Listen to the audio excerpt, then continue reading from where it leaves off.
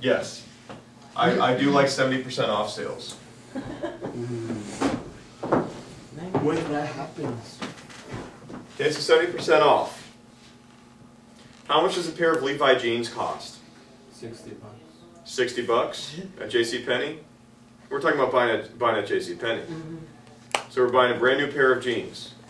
They cost between 55 and 60 bucks, yeah. We'll go for 55, just because it'll make it more complicated. Okay. All right? So we want to buy a pair of jeans for $55 is the original price. How do I get that to fit in my percent triangle?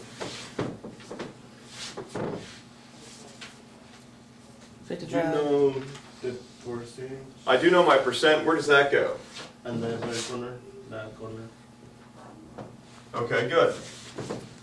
And your Total. I do know my total price of my jeans. What is my total price of my jeans? 55. $55. Okay.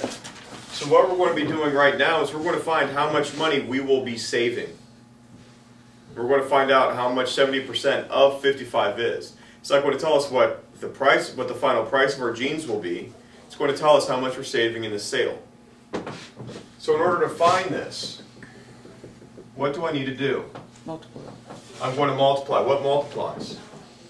70 times 55. 70% times 55. Will be 55, yeah.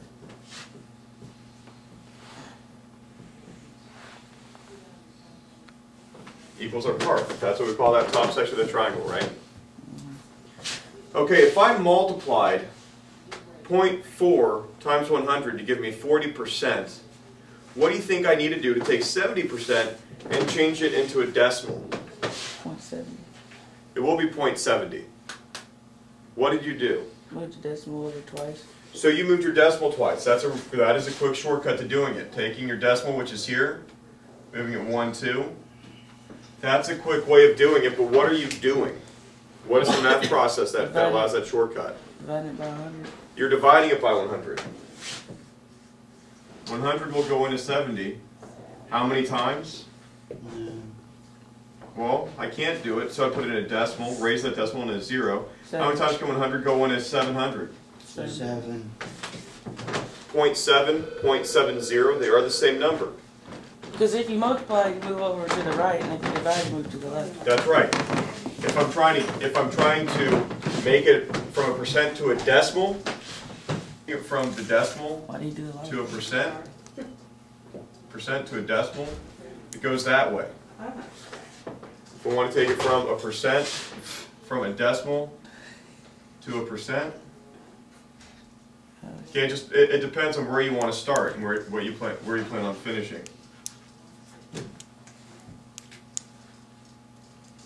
But every time you do it, it's always 2 spaces. Always 2 spaces.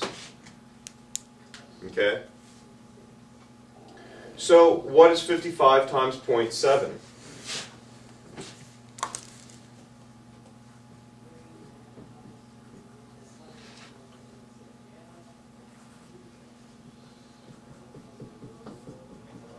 $37.5.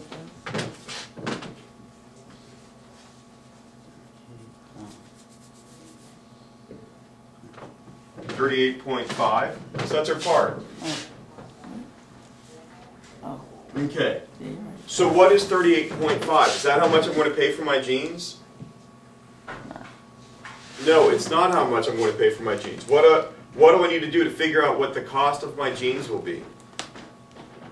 Divide. I don't need to divide. Subtract. I will subtract.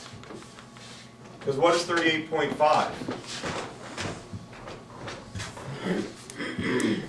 If I look up at this triangle, what it's telling me is that 38.5 is 70% of 55. Well, I get that 70% off, right?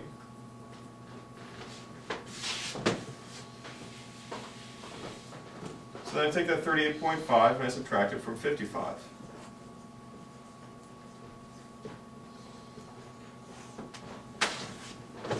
Okay, we've worked on this with decimals before. What's the first thing I'm going to do?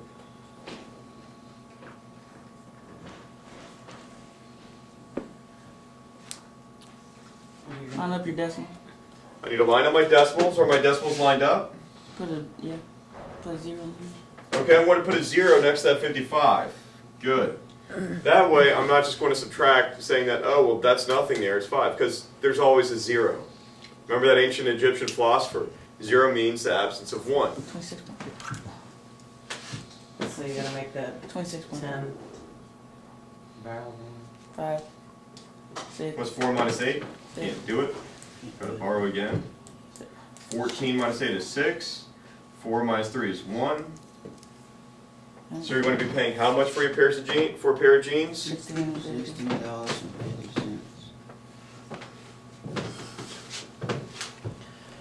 And that's so you can find out the sales price.